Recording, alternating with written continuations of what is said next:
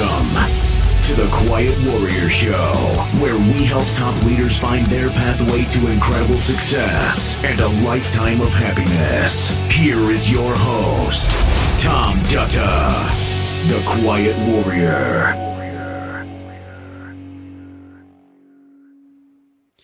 Hey, what's up, everybody? Welcome to the Way of the Quiet Warrior radio show. As you can see, I am not Tom Dutta.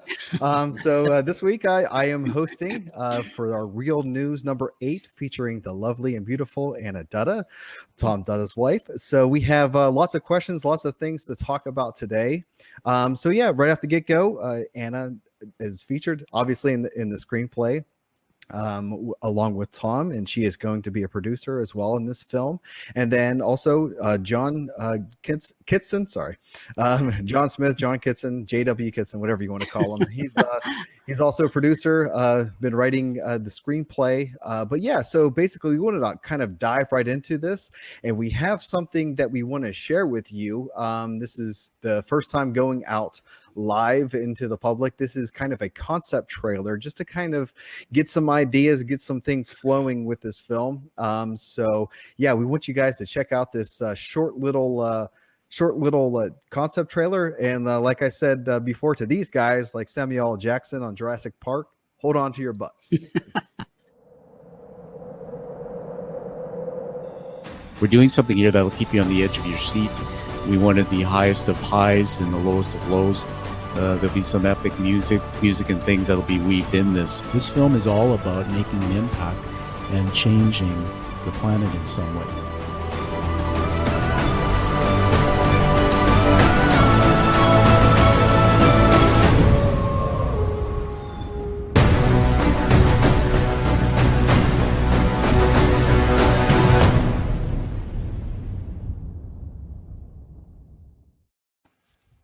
All right. Awesome. So Anna, welcome to the show. How are you doing today?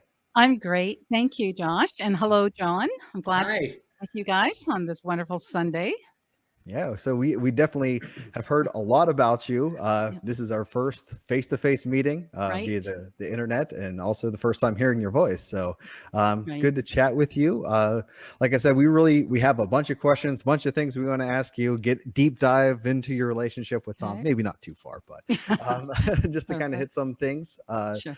But yeah, so with with the success of The Way of the Quiet Warrior with the book, how did you deal with the realization that Tom, as your husband, will be, his story is going to be made into a film? What was the realization, or talk a little bit about that? Well, thanks you for sure. I think a lot of thinking went into it. I was thinking, first of all, it's just our life. Like, I didn't think it was all that, I mean, we lived it and whatever have you. But it's also, I had to get out of my way. Basically, I had to stop thinking about me and this is a story of Tom. And I realize it's a story that had to be told. And I realize also people go through journeys in life. So all our journeys are very, very different. And they're going to, in order to evolve and to move forward, and if they've had any challenges in their life, I think they all deal with it in different ways. And it came clear to me that his story had to be told. So it really was nothing to do with me per se, although we last more than 26 years now together. But when I went through it and I thought, well, really, it's not that big a deal. But I realize now it's more than just what a concept is, and that's not just sharing his life. I think it's there and it's a purpose, and I feel strongly now that he had to share it, and it's a good thing because I think it came with a lot of healing for him, and it's something he had to go through in order to get through to the point where he was when he started as a little boy to where he is as a grown, mature man. Mm-hmm. Great. Yeah. Yeah. So we're seeing that wedding picture from about 26 years ago. Yes. So, Yeah. and I know we have some photos. So how was, what were some of the feelings that were going through your mind as you were reading the screenplay for the first time? And I believe we have some photos of the first time that you received that, and it was kind of a surprise, and just kind of talk to us a little bit about reading it for the first time. Sure. Well, first of all, it's not something that just came up just in the last 6 months or a year. He was diligently working on it for 3 years now, and he was so consumed by it. I thought I hardly ever saw him sometimes. But when I started reading it, I didn't realize first how much life we actually lived together. And, you know, when I knew about his story, he told me about his childhood and whatever, through the challenges he had, and of course our challenges going through it. I forgot on how much life we've actually lived, and how much we've actually, it became surreal actually. Like now it's real. This is the real. We're here now, and there's no looking back. And like I said, I was very proud of him, first of all, because very few people would be that vulnerable to share those innermost challenges in life. And I think it's key to a lot. And there's few people that will do that, will show their vulnerability because of what judgment they may have or that sort of thing.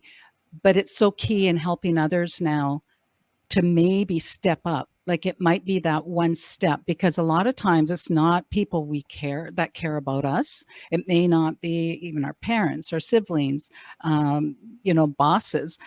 We are all refrained, I think, in life to act and behave in a certain way. And I think this really said, no, this is my life, and here I am. And I'm very proud of him for doing that. And it was, like I said, it was like, I can't believe it. This is for real. You're actually doing a movie. So I'm really excited for him. But yeah. Yeah. So, as you were reading through the screenplay, obviously Mhm. you've kind of lived, the past 26 years with Yeah. Tom. Yeah. So going through the screenplay, kind of seeing some of the highlights and the Mhm. low parts of the, your guys' journey. Um, Mhm. specifically with Tom's journey, is there anything Mhm. that really resonated deeply with you as you were kind Mhm. of going through this, quick journey through his life through the screenplay? For sure. For sure. Josh, perseverance. That to me is something that um, I think we all do in our own way. It may not be the same magnitude as others, but perseverance I really identified. For myself, I've not I've experienced my own perseverance, but I think a lot looking back in my life. I came from Italy. I was born in Italy. My mom and dad immigrated with the three of us. And although I'm an immigrant, I have an immigrant mentality, and although I'm not be a visible minority, I felt that growing up that I was kind of like a minority, not necessarily for me myself, but my father. I mean, when him and my mom came to, from Italy, they're 33 years old, three kids, three suitcases, and $300. My dad says three is his favorite number, and he landed a job in the second day that he arrived in Canada, and he was accosted at work. He was called, what they refer, it's this very slang Italian, a very derogatory term. And, he didn't speak a word of English, so he learned quite quickly. So he would come home, and I remember being little, and he was, I to see your dad be so vulnerable, like that really struck a chord in my heart. Mhm. And I know he would talk to my mom, and if it wasn't for my mom, God bless her, she said, "Remember what we did? We came to this country to make a better life for ourselves, Mhm. and we got to give it." Because in the first year, he wanted to go back. He says, "This isn't for us. We got to go back." And my mom said, "Ascenzo, that's his name. We got to give it one more year. I promise you, if it's not better in 1 year, we'll go home." And slowly, and I saw him overcome day by day. He would take the bus to work, get up at 4 o'clock, come home at 6 o'clock, and work so hard for his family. And to me, he became kind of my mentor idol, one of my first, as well as my mom, because again, she had, again, not a word of English, looking after kids, trying to fit into this. So they both persevered. Even back further, of course, they persevered. My dad was out of the home at 9. He was a sheep herder in the Italian Alps, lived out in the mountains with them.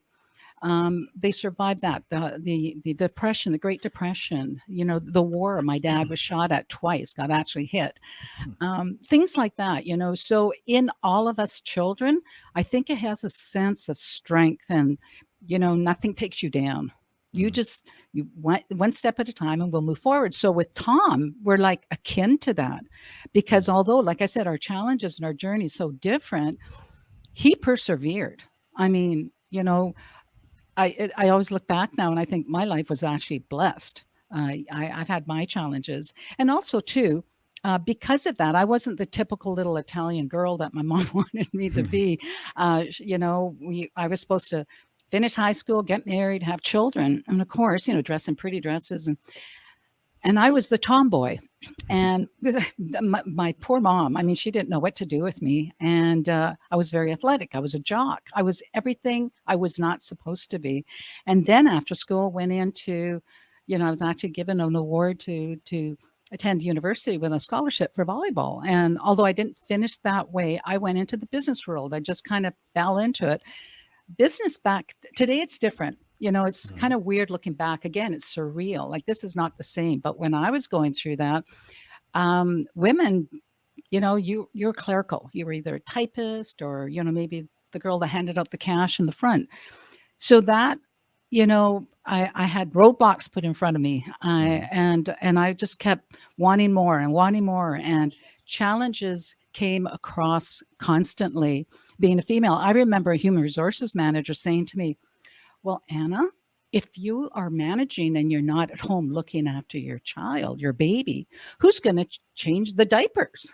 And, like today, I mean, when I think back of the challenges I had and today, you'd be fired. I don't care what level you are, whether you're a CEO, an executive, you'd be fired. You can't talk to a woman today.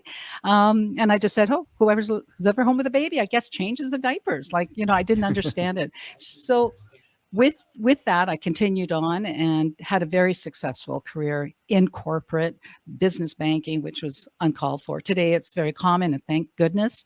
But I think that perseverance helped me achieve and get to the place where I am today. Long story short. Yeah, that's awesome. Well, yeah, that kind of goes right along with what I was thinking about asking you next. So, you're navigating the business world, and you're just trying to figure out as your voice as a woman, especially a few years ago, and it's definitely different how it is today. But through your experience and your upbringing, it just sounds like you just had this sense of, like you said, perseverance, and just keep wanting to dive deeper down and just not let anything, slow you down. So how do you kind of use that for basically your everyday life and how to help women really find their identities? And there was a photo that Tom showed me before about the Tribe of Five. So yeah, just talk a little bit about the Tribe of Five and how you help women to find their identities. Yeah, for sure. Again, through passions, and I think it's incremental in my life, just because of the challenges and whatever. These are basically pictures of women that through my career, and I've had a phenomenal career in business and in my personal life, meeting various women internationally from all different women. And the bottom line is every woman is the same. Our customs may be different, our dress might be different, but we have the same role. Like, we're the nurturers, we're the ones that keep the glue to the family together. We're supporting others. Sometimes, we put others first before ourselves, but we're the glue of that. And so when I was out there in my various roles, so much so, again, and now when I look back, it was a journey, Josh, because it's step by step.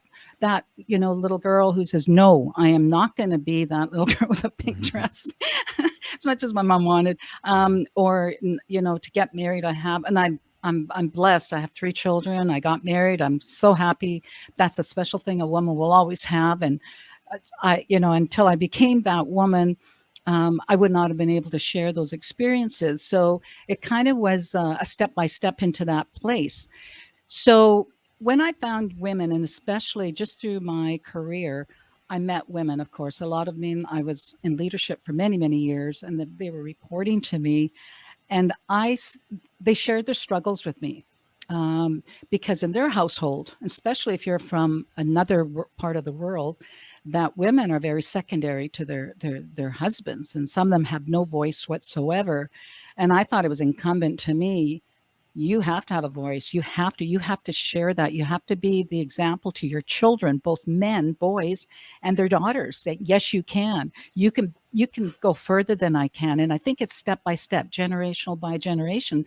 And it was so compelling to me that I actually went back and took a coaching program and started, and my niche is women. Not because, I don't have advice for everyone, but that I understand their challenges. I understand what they have to go through. And I think you have to become from that place to really share your experiences to help them. And I think that's how it came about. That picture that I drew it resonates with me, because I look at my mom, and my mom said to me years later, after when she gave up and she realized it was futile, Anna's not going to be my little girl that I wanted her to be. She said to me, she goes, I'm very proud of you. Mm-hmm. And she said, women in my generation didn't have that voice, and they didn't have the financial means. And so you are able to look after yourself and your children if need be. You don't have to stay in a relationship that if it's unhealthy for you, you have a choice. She goes, in my day, back, especially in the village where she lived from, women did not. So if they had an abusive husband, they had to live that life. And even when I was getting raised, it was called Little Italy in Vancouver.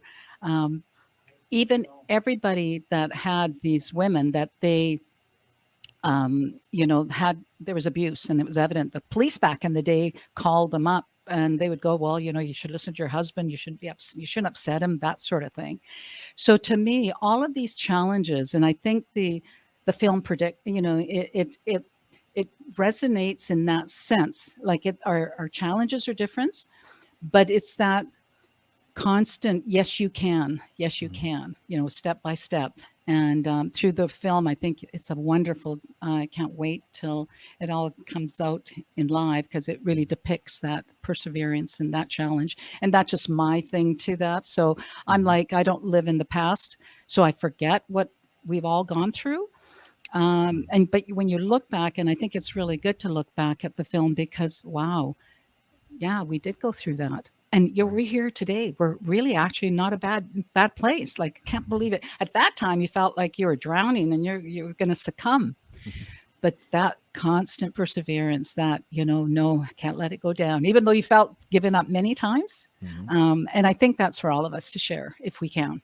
Yeah, those are definitely great points. And a lot of, with this film is climbing through the adversity and constantly going and never giving up. And so if you could share a little bit about, your faith in God to really just trust this process. You talked a lot about the different things, some of the struggles that you faced. Just talk a little bit about your faith in God and how you've relied on him to really trust the process. Well, I was raised Catholic. Okay, so God was always with me. I was baptized, the communion, the confirmation. We had to go to church and school every Sunday. But I do remember it was just about rules. And it wasn't till later in life, like the nuns, if you didn't, you're taking out the hosiery, so you have to put your tongue out a certain place for it. And if you didn't, you got the ruler smacked on your hand because you didn't have your hand out. And I remember when she turned around, I actually stuck my tongue right at her, and I thought, ooh. And I realized those are rules in the church. But by understanding God, that to me gives me great peace. He's he will never really, he'll always be there for us.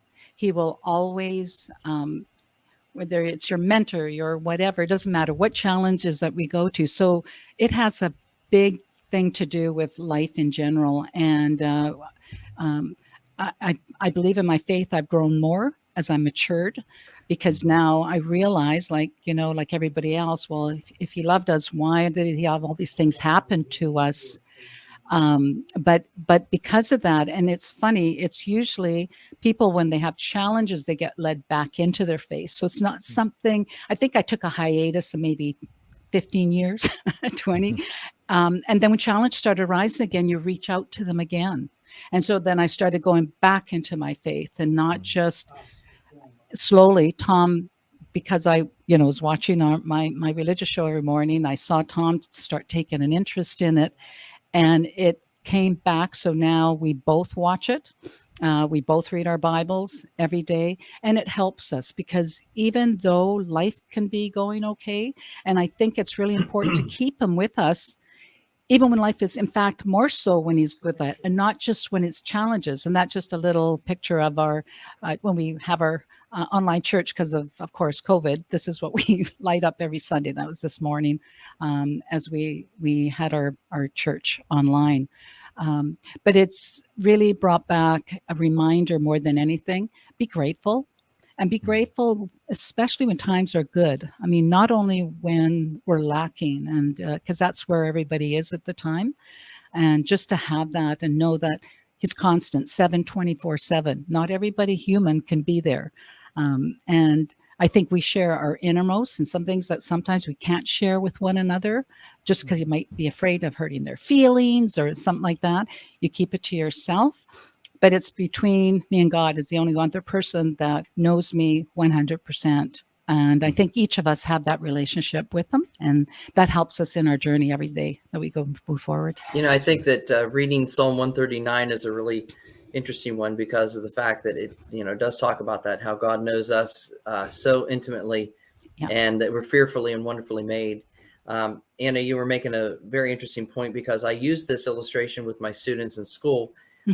My mom, in 1962, she was planning on getting married. And that was the mentality that you relied 100% upon the fact that you were going to get married and you were going to be taken care of and so forth and so on. And she was actually finishing college. She met my dad at a small community college and she was finishing that up. And there were 2 sections to the test and she passed the practicum part of the test, but she didn't pass the vocabulary section. And so they said, just come back and take the vocabulary section. Well, my mom just didn't feel that there was a need to do that because my dad was going to take care of that. And and here you are, a very independent person. And that's something I really wish that I would have seen in my mom. And I tried to portray that to my students, especially the female students. You need to be independent. You need to be strong-minded. You need to be educated and, supportive. So I'm glad that you said that because that's, to me, that is really important. So I can continue to relay that to the students. And as far as your faith is concerned, what you said, I thought was really good because what I'm hearing is that same famous line that Paul says, to be content with whatever the circumstances are. And you had to have been content in so many ways because when I was writing the screenplay, I was like thrown, aside as to like, wow, they have been through a lot in the 20 years that they, plus marriage, 20 years plus. And I was really taken back by that. But yet I thought to myself, Anna had to have had some contentment in there. Even though it was challenging, you had to have had some contentment. And I think that honestly has been one of the foundations as to why your marriage is just so strong and you're continuing on. So I just wanted to reiterate that if you don't mind. So for sure, John, thank you. And you're right.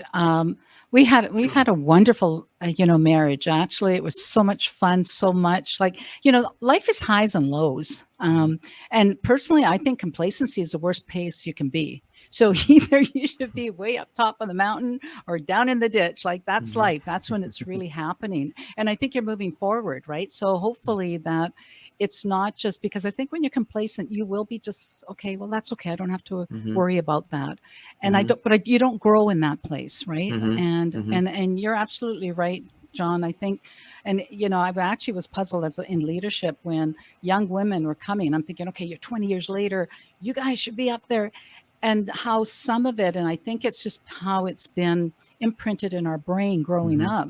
How many still think, oh, I can't wait till I get married and start my family, which is nothing wrong with that. I think as a woman, that is the biggest grace and God's favor we could possibly experience. However, that's not who you are because after our children leave us, which is really tough because we're in that empty nest thing, who are you? Like, this is our daughter where we dropped her off at university in New Brunswick her first year. And I was really happy, but so sad. And like, she's the baby. And of course, now we got our granddaughter, which I'm trying to relive through her.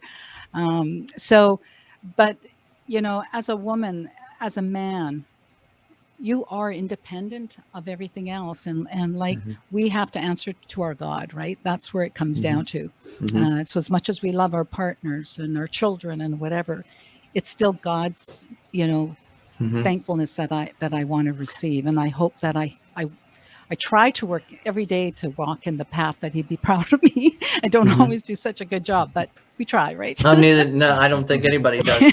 But there is a vast difference between being content about something versus, just being complacent about it. Yes.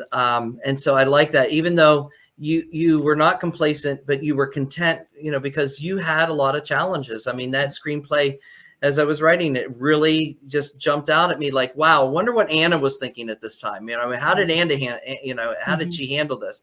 And so there is a vast difference between, just being content about the circumstances that you're in, that you can't change, but you're going to do the best that you can. It's kind of the old adage where they say, when life hands you lemons, you make lemonade. Yeah, exactly. And but being complacent, I never saw that in your character. No. And I wanted to make sure I didn't put that in there. Yeah, And so thank we you. got that, we got that work through. Thank you. I appreciate that, John. Yeah. Yeah. So the last thing I kind of want to leave us with is this one last question. So, Sure. we've heard a little bit about the film, your involvement, and some of the story behind it. So why do you think anybody should really care about this film? Well, again, I think it's imperative, to be honestly. Both Tom and I met in the, with one of the Canada's largest financial institutions, both in business. And I like our upbringing. You don't portray weakness. So my mom used to say when I was little, honey, you look at the houses from the street, you don't know what's behind those doors, because it all looks the same. Why they were painted green or yellow, brown, blue, the houses. But it's true. They, because we are conformed, and we are, we're almost acting this play. We're like actors on the stage all the time, whether it's for our parents, whether it's for our business. And sure enough, in business, it was sort of the same thing. Like, to talk about a vulnerability, that's a weakness. You don't show your underside to anybody. I got this, I'm tough, and whatever have you. And so because of the adversity, being in business, to be vulnerable in that way, you're going to worry about what's your reputation going to be like. So there are more in my career. I met more that were challenged than not in these ways. They had, like I said, different stories, but very challenged, but they would never, ever speak of it. And I think what happens, and it's, a really big concern, there's burnout somewhere. There's a finite where eventually something's going to happen. It could be like with Tom when he had, a reckoning, in the sense that when he got his concussion, he fell in the tub and split his head back. That came crumbling in. And all of a sudden now, he's now having to deal with the, like, how am I going to portray this? So I think for him to be vulnerable, to create the film, it's going to reach many, many people. And in fact, he's already had people reach out to him just in his book. I think some people are kind of surprised and saying, "Are you sure you want to do this?" Like, he did a TED talk on, mental illness. There's some people in that corporate world that they're shocked that he would do that. And they're also aware, a lot of them are those people that they won't dare speak about it. There's, I think, such a large percentage of our population that deal with this, but they're afraid to put their hand up. And I think this film requires them to say, it's okay. You're okay. You can put up your hand. It's not a weakness. In fact, it's a strength. And then I almost think it's a limb, a branch to reach out to somebody else. Come along. Because to each of us, when we have these, challenges in life, if someone can acknowledge that and they feel it's safe, they might want to take again that step out. So I think this film reaches so many people that would be afraid to acknowledge that they have those challenges. And I think it needs to go into businesses, into corporations. I know even in the business world now, it's opening up everywhere. Now they're actually dealing with people, with the CEOs that have had these challenges. But now it's being more and more equate. And it's like any abuse that's ever experienced, as people talk about it, then it becomes, okay, as a society, let's deal with it. And I'm hoping that through this film, society is going to say yes, and companies are going to say yes. And these people that are having those challenges that are so by themselves or keeping it into themselves will be able to say it's safe. I'm going to be able to come out because Tom did it, or whoever else. You know, I think when you're writing a screenplay that reflects someone's life, one of the challenges that I saw was that you need something, it needs to be unique, but on the other hand, it needs to be somewhat universal. Yeah. And to me, that's always been the struggle when you're writing something that is in line with an actual person's life. And Tom and I connected, with Song of the Tree Frogs at the same time that, Quiet Warrior. And he said, I was like, when I was reading the very first chapter of Song of the Tree Frogs, I felt as though you and I had known each other because of that connection. Yes. But yet on the other hand, I think, once again, I feel that it appeals to a universal sense that we all have these tremendous struggles, but what makes it unique and interesting is the way in which individuals came into our lives or come into our lives on a daily basis or a yearly basis, who knows, but they come into our lives and we find out that it's like, wow, what did I learn from that? And I always jokingly say people that come into our lives are either a lesson or a blessing. Yeah. And, and I think that, it's been a blessing to us to get to know you guys, through this project. But on the other hand, you need to make it universal, but very unique. And I saw so many unique experiences in there, and your strength added to the whole situation with his, background and how it all just played together. Yeah. To me, I think it will appeal to a vast quantity of people in that sense, because you saw and he has seen how God has punctuated. He's had these vertical movements into your life, and he transcends space and time, and he has incorporated all of these different experiences, and they have made you guys extremely a unique couple and unique people. And once again, Psalm 139 says you are fearfully and wonderfully made. And as a result of that, what exists in each one of us and in our experiences and in our minds is a million stories that need to be shared as often as we can do that. It's what makes us all real. Absolutely, John. And it's so true. And it's only through experiences I've had in my life and listening to people, that's where you get it. And I agree with you. There's not one person that's been in my life that's been by accident. It's either to teach us, as you said, or to learn from. And my dear dad said before he passed, honey, we learn until the day we die. And he said that 2 weeks before he passed. And he says, I'm still learning. He was 90, right? So, and I agree with that. And I think you have to embrace it. And I think this film will definitely provide that, because it's going to show just regular people. And we're all just regular people and trying to do the best we can. And it gives hope for those who are not maybe able to be vocal about it or to express it, but maybe in time with these things, as more and more became the norm per se, it'll give encouragement to those that the film may be able to reach out to. And I think that's what books and movies do. Sometimes they give the voice to the people that don't have one.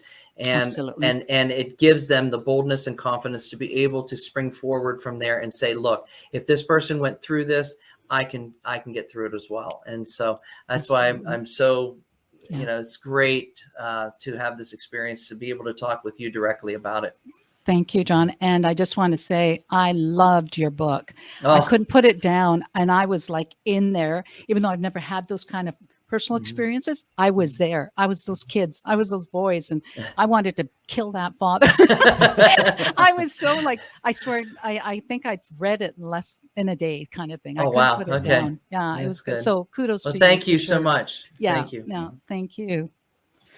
Great. Well, we had that was fantastic. Wow, Well, so thank much you, information Thomas. there and so much insight. Yeah, it's great. It's finally getting to speak with you face to face. Thank you. And thanks, John, for all your input as well. Yes. But yeah, that's basically going to wrap up this episode. Thanks again for taking the time out to chat with us, to Thank go a little you. bit into the personal life of things and some of Yeah. the things that you've done with defining your identity and finding a voice for women. And just thanks again for talking about the film and a little bit of what people can expect. So until we meet again, and I look hopefully the next time we meet will be face to face. personally. But yeah, stay tuned for more. There's lots of different shows and different ideas that we have coming forward. So thanks again for tuning into the Quiet Warrior Show. Thanks, God everyone. bless. God bless. God bless. We're doing something here that'll keep you on the edge of your seat.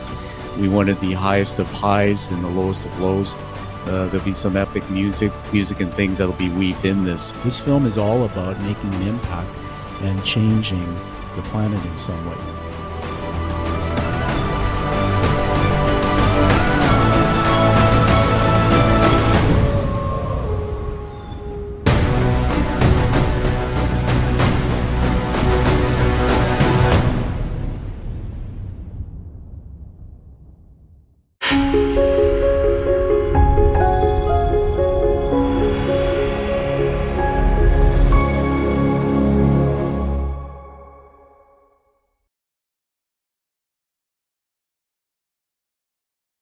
Thank you for listening to The Quiet Warrior Show. Create is a motive-based leadership development firm. www.kreat.ca